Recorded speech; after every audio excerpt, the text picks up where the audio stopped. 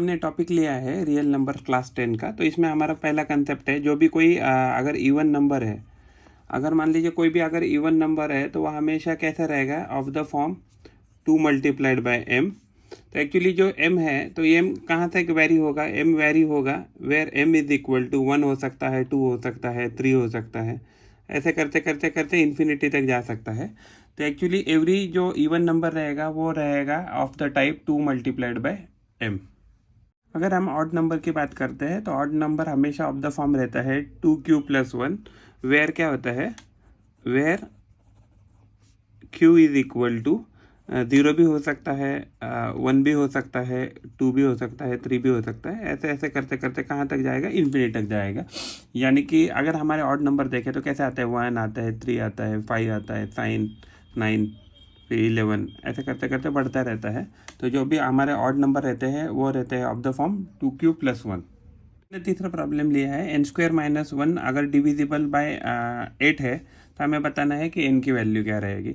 तो देखिए एक्चुअली अगर हम n को अगर हम इवन पकड़ते हैं, n को अगर इवन पकड़ते हैं तो n क्या रहेगा, 2 मल्टीप्लाइड बाय n के फॉर्म में रहेगा। n हमेशा 2 मल्टीप्लाइड बाय n पकड़िए या otherwise 2 n multiplied by p पकड़िए। तो 2 मल्टीप्लाइड बाय p का अगर फॉर्म में है तो हमारा इंटीजर क्या हो जाएगा, तो ये जो नंबर है टोटल ये क्या हो जाएगा, 2p² - 1। हमने क्या पकड़ा है, n को इवन पकड़ा है, n क्या है हमारा इवन नंबर है। तो ये एक्चुअली ये वैल्यू क्या आ जाएगा, ये आ जाएगा 4p² - 1 आ जाएगा। अगर मान लीजिए अगर ये 4p² है, अगर हमने p का वैल्यू मान लीजिए या इसमें 1 डाला, अगर इसमें p का वैल्यू 1 डाला तो क्या हो जाएगा, इफ़ p = 1 तो क्या हो जाएगा, ये हो जाएगा 4 × 1² - 1। तो क्या हो जाएगा, ये हो जाएगा 4 - 1 = 3। तो ये तो लेकिन डिविजिबल नहीं होगा, नॉट डिविजिबल बाय 8, राइट। लेकिन अगर मान लीजिए हमने तो उसको इवन पकड़ा है, अगर मान लीजिए अगर हम इसको इवन 0 भी पकड़ते हैं, अगर मान लो अगर हमने p को अगर 0 पकड़ा, अगर p को 0 पकड़ा तो ये वैल्यू क्या हो जाएगा, 2p² - 1। ये की वैल्यू क्या आ जाएगा, 2 × 0² - 1। तो ये क्या जाएगा, ओवरऑल ये वैल्यू 0 के माइनस हो जाएगा। अगेन ये भी क्या हो गया, not divisible by 8, not divisible by 8। तो अगर वैसे ही अगर हम मान लीजिए इसको वैल्यू 2 पकड़ते हैं, p का वैल्यू 2 पकड़ते हैं तो भी क्या हो जाएगा, तो ये क्या हो जाएगा, हमारा जो वैल्यू है वो हो जाएगा 2 × p² यानी 2² - 1। तो ये क्या आ जाएगा, 2 × 4 - 1। तो ये क्या आ जाएगा 7। तो 7 भी क्या है, तो डिविजिबल नहीं है। तो अगर हमने देखा तो इसमें क्या है कि हमारा जो नंबर है वो डिविजिबल नहीं है। तो अभी हम क्या करते हैं, इस n को ऑड रख के देते हैं। अगर हम इसको ऑड रखेंगे तो ये कैसे फॉर्म में आएगा, 2q + 1 इस फॉर्म में नंबर आएगा। हमेशा ऑड नंबर कैसे आता है, 2q + 1 फॉर्म में आता है। तो अगर हम इसमें ये वैल्यू डालें तो ये वैल्यू क्या है, जो हो जाएगा, तो ये वैल्यू n² - 1 हो जाएगा, 2q + 1² - 1। अगर ब्रैकेट को ओपन करते हैं तो ये हो जाएगा 4q² + 4q + 1 - 1। तो इस -1 ने +1 और -1 कट गए। तो ये क्या हो गया, अगर इसमें से हम 4q कॉमन निकाल लें तो ये क्या बचेगा, यहाँ q बचेगा और यहाँ का बचेगा 1 बचेगा। तो देखिए एक्चुअली आपका नंबर क्या है, तो मल्टीपल ऑफ क्या आ रहा है, 4q आ रहा है। तो 4q अगर हम q की वैल्यू अगर इसमें मान लीजिए 1 डाल के देखते हैं, q की वैल्यू 1 डाले तो ये जाएगा 4 × 1 × 1 + 1। तो ये वैल्यू ओवरऑल कितने आ रहे हैं, 4 + 2। तो ये क्या आ रहा है, 8। तो 8 इज डिविजिबल। अगर मान लीजिए इसमें अगर हम वैल्यू ये डालें, 1 के बाद मान लीजिए ऑड है तो हम अगर मान लो 3 डालें तो ये क्या हो सकता है, तो ये नंबर हो जाएगा हमारा x। 2 × इसमें अगर हम डालें तो क्योंकि वैल्यू हम कितना डाल रहे हैं, मान लीजिए 3 डाल रहे हैं, तो 2 × 3 + 1 ब्रैकेट स्क्वायर -1। तो इस फॉर्म में नंबर मिल जाएगा। तो ये हो जाएगा 6 + 1 सॉरी 6 2 3 6 6 + 1 7 7 स्क्वायर कितना हो जाएगा, तो हो जाएगा 7² - 1। तो ये कितना हो जाएगा, 7 स्क्वायर 49 49 -1 तो कितना आ जाएगा 48। तो ये नंबर भी क्या है, डिविजिबल। तो हमें जो भी प्रॉब्लम दिया था कि जो हमारा जो नंबर होना चाहिए जो n स्क्वायर माइनस 1 है वो डिविजिबल बाय 8 होना चाहिए। तो हमारा जो n होना चाहिए, ये n क्या होना चाहिए, तो ये ऑड नंबर होना चाहिए, ऑड नंबर होना चाहिए। अगर ये हमारा ऑड नंबर है तो क्या हो जाएगा, तो ये 100% डिविजिबल हो जाएगा इससे। लेकिन हमारा जो वैल्यू है वो कहाँ से स्टार्ट होना चाहिए, n का, तो वो होना चाहिए, मान लीजिए मिनिमम आपका 2 से चालू होना, ये कितना से चालू है। तो ये एक्चुअली आपका, अगर आप अलग अलग वैल्यू डालते हैं उसका, तो ये क्या है, तो आपका ये वैल्यू आपका आना चाहिए ऑड नंबर। हमें एक्चुअली प्रॉब्लम दिया है, HCF of 65 and 117 is expressible in the form of 65m minus 117, then the value of m हमें ढूंढना है। तो पहले हम क्या करते हैं, 65 एंड 117 इनका जो भी है वो निकालेंगे, हम पहले निकालेंगे उसका HCF। तो देखिए हम 117 को कैसे लिख सकते हैं, तो इसको लिख सकते हैं 65 इंटू 1 प्लस 52। तो अभी हमारे पास ये वैल्यू आ गया 65। तो 65 को हम 52 के टर्म्स में कैसे लिख सकते हैं, 52 इंटू 1 प्लस 13। तो अगर जो 52 है, तो 52 को हम 13 के टर्म्स में कैसे लिख सकते हैं, 13 मल्टीप्लाइड बाय 4 प्लस 0। तो इसका मतलब क्या है कि देखिए, जब भी आपका ये क्वोशंट मान लीजिए 13 आ रहा है, तब आपका रिमाइंडर क्या आ रहा है, 0 आ रहा है। तो यानी कि HCF ऑफ 65 एंड 117 इनका HCF क्या आ गया, तो 13 आ गया, राइट। तो अगर हमें क्या दिया है कि ये जो वैल्यू है 65m माइनस 117, ये हम एक्सप्रेस कर सकते हैं, राइट। तो ये क्या हो गया, 65m माइनस 117, तो ये कितना आना चाहिए, तो ये आना चाहिए 13, क्योंकि ये हमारा HCF है। तो इसकी वजह से क्या हो गया, 65m को क्या हो गया 13। अगर हम इसको यहाँ शिफ्ट करते हैं 117 को, तो ये जाएगा 117, तो वैल्यू आ गई हमारी 130। तो अगर हम 130 को 65m आ गया, 65m इज इक्वल टू 130, दोनों साइड को अगर हम 65 से अगर डिवाइड करेंगे, तो ये जो 130 है इसको लिख सकते हैं 65 इंटू 2, और ये हो गया 65 इंटू 1, तो ये हो गया 65, तो ये हो गया 2 इंटू 1। तो यहाँ भी 65 से 65 गया, तो m इज इक्वल टू आ गया 2/1 विच इज इक्वल टू 2। तो हमें जो पूछा था कि जो m का वैल्यू है, तो m का वैल्यू आ जाएगा हमारा 2।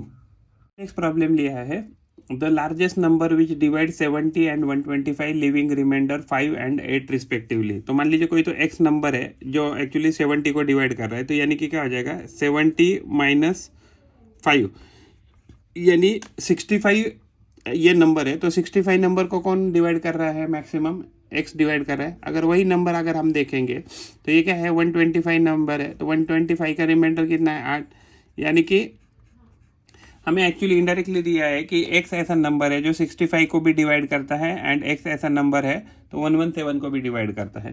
देखिए अगर हम इधर 65 के अगर फैक्टर निकालेंगे, तो ये क्या आ जाएगा, ये हो जाएगा 5 1 5 5 3 फिर हो जाएगा 13 1 13।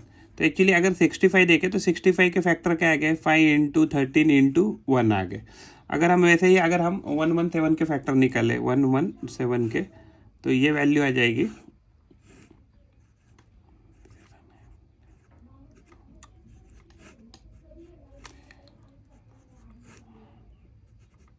तो देखिए 117 के हमारे फैक्टर क्या आ गए, 117 के फैक्टर आ गए हमारे 3 आ गए। फिर प्राइम फैक्टर की बात करें तो 9 भी आ गया, उसके बाद 39 आ गया है, और 39 के बाद मान लीजिए 117 आ गया और 1 आ गया। तो अगर हम कॉमन की बात करें तो यहाँ 13 है, तो यहाँ 13 है, तो यहाँ भी तो 13 चाहिए ना, तो यहाँ भी तो 13 है, सॉरी। तो एक्चुअली क्या है 3 है, फिर 9 भी है, और फिर 13 है, फिर 39 है, फिर 117 है, और फिर 1 है, राइट। तो इसमें देखिए यहाँ भी एक्चुअली क्या है, आपके पास 13 है, और आपके पास यहाँ भी आपका कॉमन 1 है, तो यहाँ भी आपका 1 है। तो जो कॉमन फैक्टर ये क्या है, कॉमन फैक्टर आ गया है 13 एंड 1। तो एक्चुअली हाईएस्ट नंबर पूछा था, तो ये 13 ये नंबर है। तो 13 नंबर क्या कर रहा है, 70 और 125 को कम डिवाइड कर रहा है, और रिमाइंडर आ रहा है उसमें 5 आ रहा है। 70 को जब डिवाइड करेंगे तो, और 125 को जब डिवाइड करेंगे तो 8 रिमाइंडर आ रहा है। हमने प्रॉब्लम लिया है यूक्लिड डिवीजन एल्गोरिथम का यूज़ करके हमें फाइंड करना है एचसीएफ ऑफ 135 एंड 225। तो देखिए छोटा नंबर जो है 135 है, तो उससे हम डिवाइड करेंगे 225 को। 225 को जब हम डिवीजन करेंगे तो ये वैल्यू क्या आ जाएगी, ये वैल्यू आ जाएगी 135 वन द 135, तो बीच 90 आ गया रिमाइंडर। तो जो भी 90 रिमाइंडर है, तो ये 90 रिमाइंडर से हम क्या करेंगे, जो भी हमारा ये डिवाइडर था 135, इसको डिवाइड करेंगे। तो ये डिवाइड करने से हमारे पास वैल्यू क्या आ गया, तो ये वैल्यू अगर हमारा आएगा 90 अगर 90 इसमें से माइनस करते हैं तो ये जाएगा 45।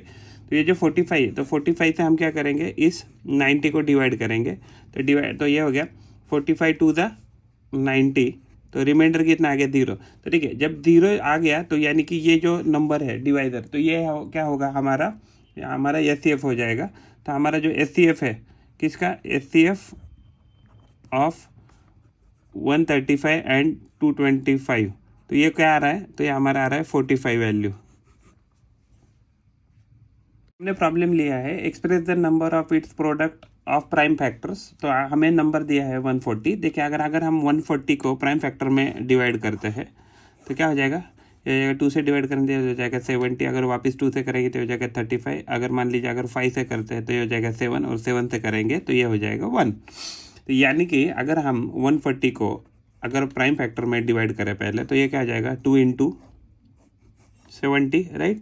अगर हम 70 की बात करें तो 70 किस में डिवाइड हो जाएगा, तो 70 डिवाइड हो जाएगा मान लीजिए 7 इंटू 10 में। अगर 7 तो प्राइम फैक्टर में हो गया, तो ये अगर वापस हम 10 को बात करें तो 10 हो जाएगा 5 इंटू 2 में।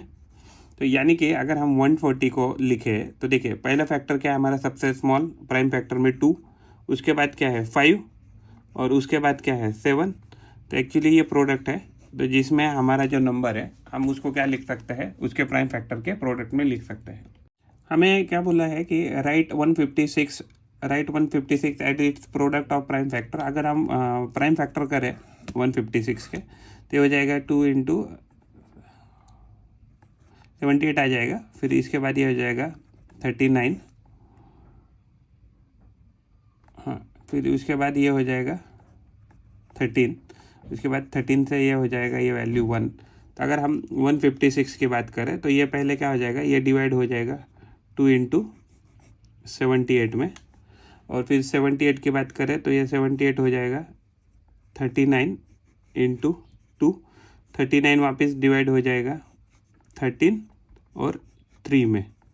तो यानी कि अगर हम 156 को लेके देखिए, सबसे स्मॉल फैक्टर क्या है 2, उसके बाद कौन सा बड़ा है 3, उसके बाद कौन सा है 13। तो यानी कि 156 को हम लिख सकते हैं 2 मल्टीप्लाइड बाई 3 मल्टीप्लाइड बाई 13। हमने नेक्स्ट प्रॉब्लम लिया है प्रूव 26 मल्टीप्लाइड बाई 91। तो ये प्रोडक्ट किसके बराबर आएगा, एचसीएफ और एलसीएम अगर हम लेते हैं 26 एंड 91 का।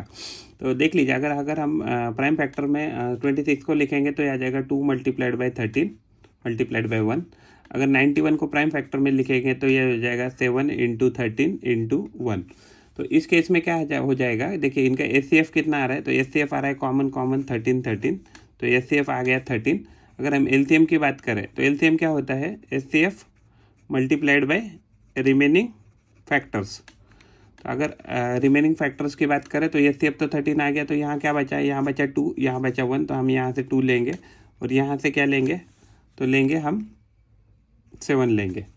तो यानी कि ये वैल्यू क्या आ गई हमारी, तो ये सेप हमारा 13, और उसके बाद हमारा एलसीएम क्या आ गया, एलसीएम आ गया 13 इंटू 2 इंटू 7 आ गया, राइट। तो ये हमारा एलसीएम आ गया।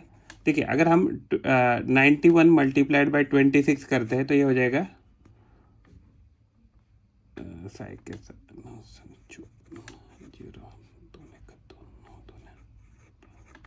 तो ये वैल्यू आ रहा है हमारा 2366।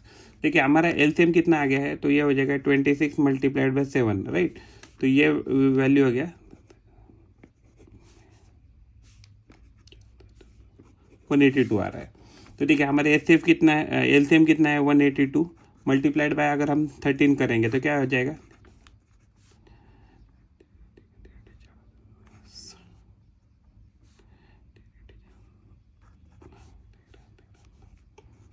देखिए अगर LCM और HCF का, ये HCF LCM किसके है, 2691 के है, तो इनका अगर प्रोडक्ट लिया तो यह वैल्यू आ रहा है 2366। अगर हमने उसका HCF LCM का वैल्यू अगर किया तो भी उसका वैल्यू कितना आ रहा है, 2366। इसका मतलब क्या हो गया, दो नंबर का प्रोडक्ट करे या उसका HCF LCM का प्रोडक्ट करे तो दोनों वैल्यू सेम ही आती है। हमें एक्चुअली ढूंढना है 12, 15 एंड 21, इसका HCF ढूंढना है और LCM ढूंढना है। अगर हम 12 को अगर प्राइम फैक्टर में डिवाइड करें तो ये हो जाएगा 2 × 2 × 3। अगर 15 को प्राइम फैक्टर में डिवाइड करें तो हो जाएगा 3 × 5। अगर 21 को प्राइम फैक्टर में करेंगे तो हो जाएगा 3 × 7। तो मान लीजिए अगर इसमें अगर कॉमन देखा जाए तो देखिए ये यहाँ 3 है, यहाँ भी 3 है और यहाँ भी 3, तो तीनों में जो भी 3 है वो हमारा HCF हो जाएगा। तो तीनों में कॉमन है HCF, तो HCF हमारा हो गया 3। अगर LCM की बात करें तो LCM के केस में क्या होता है, जब 3 नंबर आते हैं, LCM की बात करें तो हमें तो पहले लिखना है HCF, तो जो हमने लिख दिया। उसके बाद जो मिनिमम दो में कॉमन है, तो देखिए 2 में कुछ कॉमन है क्या, नहीं, इसमें कुछ कॉमन नहीं है। तो यहाँ क्या बचा, 2 × 2 4 बचा, और यहाँ क्या बचा सेकंड नंबर में 5, तो हमने 5 लिखा, और थर्ड नंबर में क्या बचा, तो 7 बचा, हमने 7 लिख दिया। तो ये हो गया 3 × 4 = 12, और ये हो गया 7 × 5 = 35। अगर हम 35 को 12 से मल्टीप्लाई करते हैं, 12 × 5 = 60, 12 × 3 = 36 और 6 42, तो हमारा वैल्यू कितना आ गया, 420। यानी कि अगर HCF की बात करें तो HCF आ रहा था हमारा 3 तीनों नंबर का। अगर LCM की बात करें तो तीनों नंबर का LCM जो आ रहा है वो आ रहा है 420। हमने नेक्स्ट प्रॉब्लम क्या लिया है कि 306 एंड 657, इनका हमें HCF दिया है 9, तो हमें LCM ढूंढना है। तो हम जानते हैं कि एक्चुअली क्या होता है कि नंबर 1 मल्टीप्लाइड बाय नंबर 2 अगर करते हैं तो उनका जो भी HCF आता है और मल्टीप्लाई करते हैं अगर उसका LCM इन दोनों नंबर का, नंबर 1 और नंबर 2 का HCF और LCM का, तो ये टोटल बराबर आती है, ये मल्टीप्लिकेशन बराबर आती है। तो अगर हम नंबर 1 306 है, 306 को नंबर 2 है हमारा 657, इसको अगर मल्टीप्लाई करेंगे, HCF हमें 9 दिया है, LCM हमें ढूंढना है। तो अगर हम इस केस में अगर LCM बराबर 306, हमने क्या किया, वो सिर्फ पलटी करके लिखा है, 657 को अगर 9 से डिवाइड करेंगे, तो 9 से डिवाइड करेंगे तो ये वैल्यू आ जाएगा हमारा 34 × 657। और अगर हम आप करके देख सकते हैं, 9 × 9 9 × 9 3 9 4 9 3 37 3 बैलेंस और 9 4 36, तो 34 × 657 करेंगे तो ये आपका वैल्यू आ जाएगा 22338। तो आपका जो LCM आपको पूछा था कि ये LCM इन दोनों का नंबर कितना रहेगा, तो इन दोनों का नंबर रहेगा 222338, यानी 22,338, ये हमारा वैल्यू आ जाएगा। हमने नेक्स्ट प्रॉब्लम लिया है, सोनिया है, एक एक्चुअली सर्कुलर पाथ है, तो सर्कुलर पाथ का राउंड कंप्लीट करने के लिए सोनिया को 18 मिनट लगता है, रवि को 12 मिनट लगता है। दोनों ने एक साथ स्टार्ट किया, तो एक साथ स्टार्ट करने के बाद वो वापस कितने मिनट के बाद दोनों एक साथ एक ही जगह पे आ जाएंगे। तो एक्चुअली इनडायरेक्टली हमें पूछा है कि इसका LCM क्या रहेगा। तो अगर हम 18 जो मिनट है, 18 मिनट को अगर हम प्राइम फैक्टर में लिखेंगे तो हो जाएगा 2 × 2 × 3, नहीं होगा ना, ये हो गया 2 × 3 × 3, हाँ ये ठीक है। तो अगर 12 मिनट को अगर प्राइम फैक्टर में करेंगे तो हो जाएगा 2 × 2 × 3। तो यहाँ 2 कॉमन है, यहाँ 2 कॉमन है, यहाँ भी 3 कॉमन है, यहाँ भी 3 कॉमन है। तो HCF कितना आ गया इसका हो गया HCF 2 × 3 = 6। तो HCF आ गया 6 मिनट आ गया। अगर मान लीजिए अगर हम इसका LCM निकालते हैं तो LCM क्या है 6, यानी कि HCF, ये तो आ गया HCF मल्टीप्लाइड बाय रिमेनिंग आना चाहिए, राइट। तो रिमेनिंग में तो ये तो चला गया, तो ये बचा, तो ये हो गया 3, और इसमें से ये बचा तो ये हो गया, तो ये क्या 6 3 18 18 2 36 मिनट। तो LCM इन दोनों का क्या आ गया 36 मिनट। अगर यानी कि अगर इस राउंड को कंप्लीट कर रहे हैं तो सोनिया क्या है, सोनिया 2 राउंड के बाद 36 मिनट कवर कर लेगी, और जो रवि है वो रवि क्या हो जाएगा 3 राउंड कंप्लीट करने के बाद वापस वहाँ मिल जाएगा। तो यानी कि सोनिया और रवि पहली बार वापस कभी मिलेंगे तो 36 मिनट के बाद एक साथ वापस इसी पॉइंट को मिलेंगे जहाँ से उन्होंने स्टार्ट किया था।